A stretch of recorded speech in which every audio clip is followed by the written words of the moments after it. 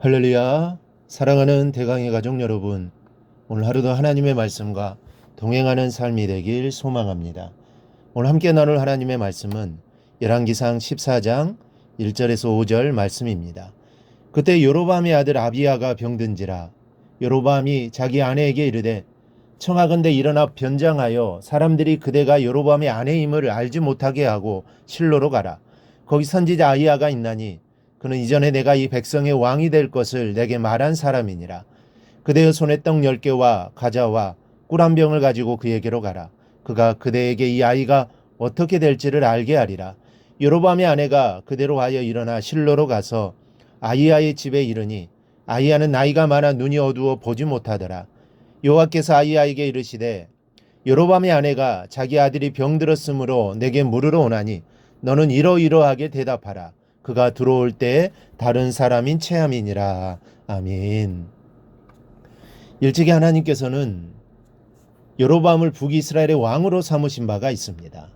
그런데 여로보암은 왕이 될 수 없는 인물입니다. 사울의 아들도 아니고 다윗의 아들도 아닙니다. 여로보암은 솔로몬의 신하 중에 한 명이었습니다. 그런데 하나님의 은혜로 왕이 되었던 것입니다. 그리고 하나님께서 그에게 복을 주셨습니다.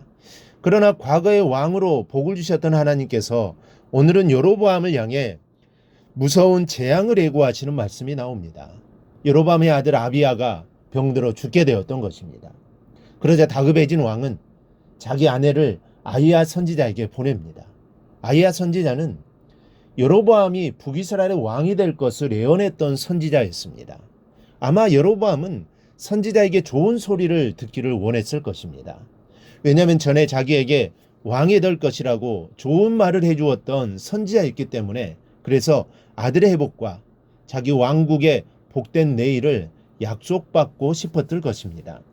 그러나 그는 왕의 아내에게 엄청난 하나님의 진노에 대해 여러 가지 예언을 합니다. 10절에 보면 그러므로 내가 여로보암 집에 재앙을 내려 여로보암에게 속한 사내는 이스라엘 가운데 매인자나 노인자나 다 끊어버리되 거름더미를 쓸어버림 같이 여로보암의 집을 말갛게 쓸어버릴지라 말씀합니다. 한마디로 씨를 말려버리겠다는 말씀입니다. 끊어버리되 거름더미를 쓸어버림 같이 말갛게 쓸어버리겠다라는 말씀입니다. 참으로 무서운 말씀이 아닐 수 없습니다. 뿐만 아니라 11절에는 여로보암에 속한 자들이 짐승의 밥이 될 것을 예언하고 15절에는 이스라엘을 쳐서 물에서 흔들리는 갈대같이 되게 하시리라 말씀합니다. 북이스라엘이 아시리아에게 멸망당하기까지 209년 동안 9왕가가 다스렸는데, 왕가가 바뀔 때마다 8번이나 유혈혁명이 일어났고 이때마다 온 가문이 전멸당하는 비극을 겪어야만 했습니다. 이토록 두려운 재앙을 받아야만 했던 것은 여로보암의 죄 때문이었습니다. 내 이전 사람들보다 더 악을 행하고 가서 너를 위하여 다른 신을 만들며 우상을 부어 만들어 나를 노엽게 하고 나를 내 등 뒤에 버렸도다. 이 9절의 말씀이 바로 이런 재앙을 받아야 하는 이유입니다. 그런데 하나님은 무턱대고 재앙을 내리지 않습니다. 항상 회개할 수 있는 기회를 주십니다. 그것도 한 번이 아니라 여러 번 주십니다. 우리는 사울을 통해서도 또 다윗을 통해서도 수많은 믿음의 사람들을 통해서도 알 수 있습니다. 여로보암 왕에게도 회개할 수 있는 기회가 2번 있었습니다. 한 번은 유다에서 선지자가 찾아왔을 때입니다. 그때 그는 손이 말라붙었다가 다시 회복되는 하나님의 놀라운 역사를 경험했지만 회개하지 않았습니다. 그런데 이때 회개는 진정한 회개가 또 아니었습니다. 그리고 또 한 번 오늘 본문에 나옵니다. 그의 아들 아비야가 병들어 죽게 되었을 때 그의 아내를 아히야 선지자에게 보냈습니다. 이때가 회개할 수 있는 절호의 기회였습니다. 열왕기상 17장에는 이 사르밧에서 사는 과부의 애아들이 죽게 되었을 때 엘리야 선지자로 인해 다시 살아난 역사가 기록되어 있습니다. 그녀의 아들은 이미 죽은 상태였으나 지금 여로보암의 아들은 병든 상태였습니다. 이런 상황에 선지자를 찾아갔으나 여로보암의 아들은 죽었을 뿐만 아니라 그의 집안은 말갛게 모조리 쓸어버리겠다는 하나님의 저주를 얻게 되었습니다. 그러면 그는 왜 하나님 앞에 용서받지 못하고 무서운 재앙을 얻어야만 했을까요? 그는 왜 먼 곳에 있는 선지자를 찾아갔음에도 불구하고 저주를 모면하지 못했을까요? 그 이유는 한 가지입니다. 그가 진실로 회개하지 못하였기 때문입니다. 2절을 보면 여로보암이 그 아내를 선지자에게 보내기 전에 이르기를 청하건대 일어나 변장하여 사람들이 그대로 여로보암의 아내임을 알지 못하게 하라 라고 했습니다.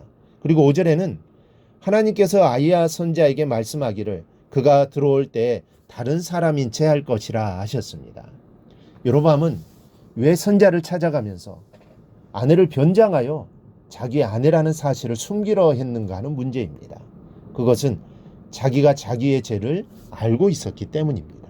우상을 섬긴 것과 백성들에게 우상 앞에 절을 하게 만든 장본인이요, 큰 죄를 지었다는 것을 그는 알고 있었기에 혹시나 선지자가 노를 사서 자기 아들에게 해가 돌아갈 것을 염려했기 때문입니다.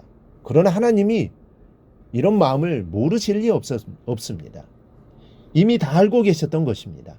이런 마음을 이미 아시는 하나님은 선지자로 하여금 큰 저주를 예언하게 하셨고 그녀가 성으로 돌아가자마자 아들을 죽게 하셨습니다. 우리 사랑하는 여러분, 하나님 앞에 나아갈 때는 변장해서는 안 됩니다.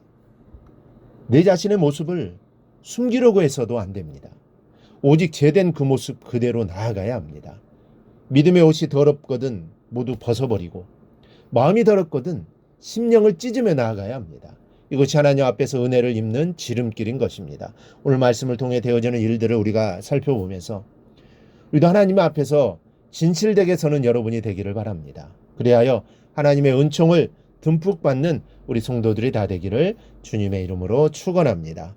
오늘 묵상한 말씀을 굳게 잡고 삶으로 실천하며 살아내는 대강의 모든 성도들이 되기를 축복합니다.